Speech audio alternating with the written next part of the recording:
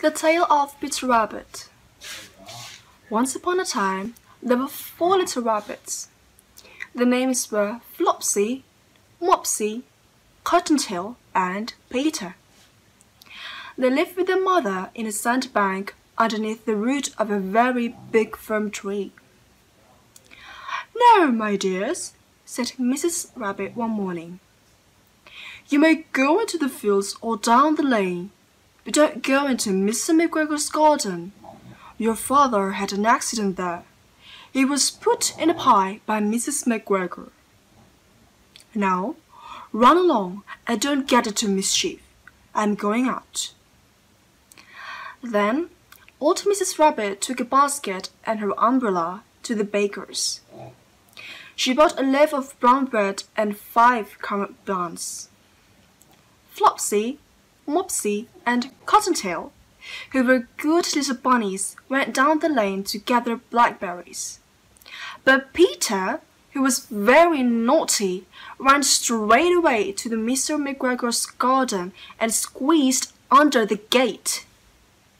First, he ate some lettuce and some French beans.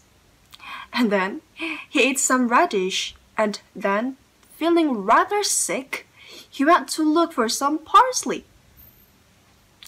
But round the end of a cucumber frame, whom he should meet but Mr. McGregor. Mr. McGregor was on his hands and knees planting out young cabbages.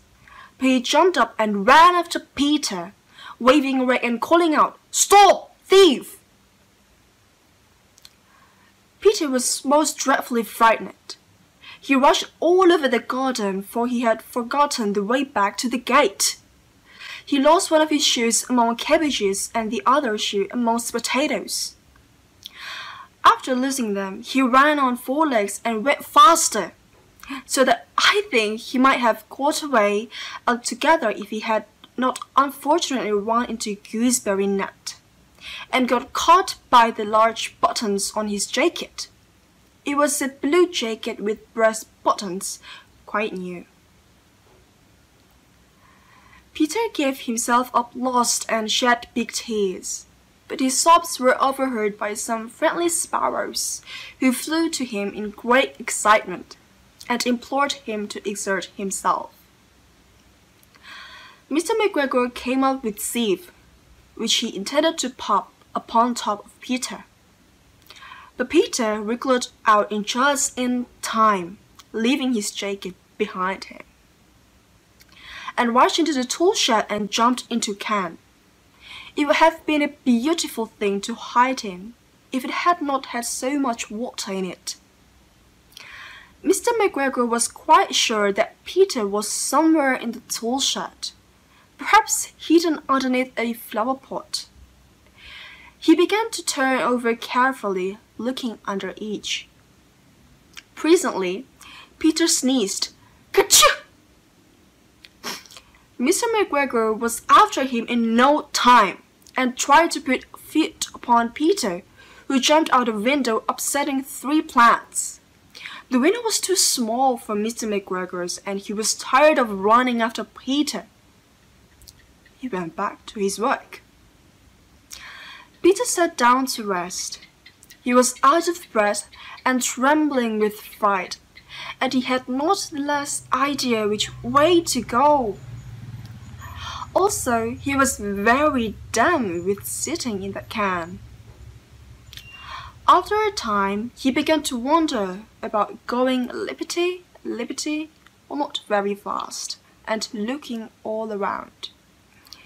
He found a door in the wall, but it was locked, and there was no room for a fat little rabbit to squeeze underneath. An old mouse was running in and out over the stone doorstep, carrying peas and beans to her family in the wood. Peter asked her the way to the gate, but she had such a large pea in her mouth that she cannot answer. She only shook her head at him.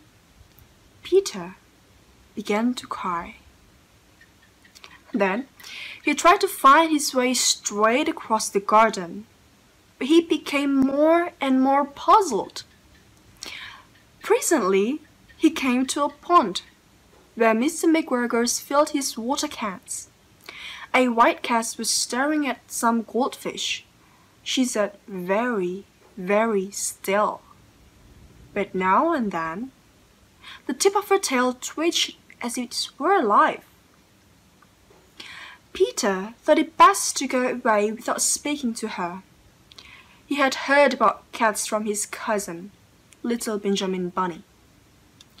He went back towards the tool shed, but suddenly, quite close to him, he heard the noise of her scratch, scratch, scratch, scratch. Peter scuttled underneath the bushes, but presently, as nothing happened, he came out and climbed upon a wheelbarrow and peeped over. The first thing he saw was Mr. McGregor's hoeing onions. His back was turned towards Peter, and beyond him was the gate. Peter got down very quietly off the wheelbarrow and started running as fast as he could go along a straight walk behind some blackcurrant bushes.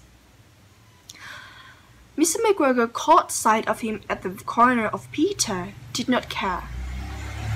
He slipped underneath the gate and was safe at last in the wood outside the garden. Mr. McGregor hung up the little jacket and the shoes for a scarecrow to frighten blackbirds. Peter never stopped running or looked behind him till he got home to a very big firm tree. He was so tired that he flopped down on the nice soft sand on the floor of the rabbit hole and shut his eyes. His mother was busy cooking. She wondered what had done with his clothes. It was the second little jacket and pair of shoes that Peter had lost in a fortnight. I am sorry to say that Peter was not very well during the evening. His mother put him to bed and made some chamomile tea, and she gave a dose of it to Peter. 1 tablespoonful to be taken at bedtime. But Flopsy, Mopsy, and Cottontail had bread and milk and blackberries for supper. The end.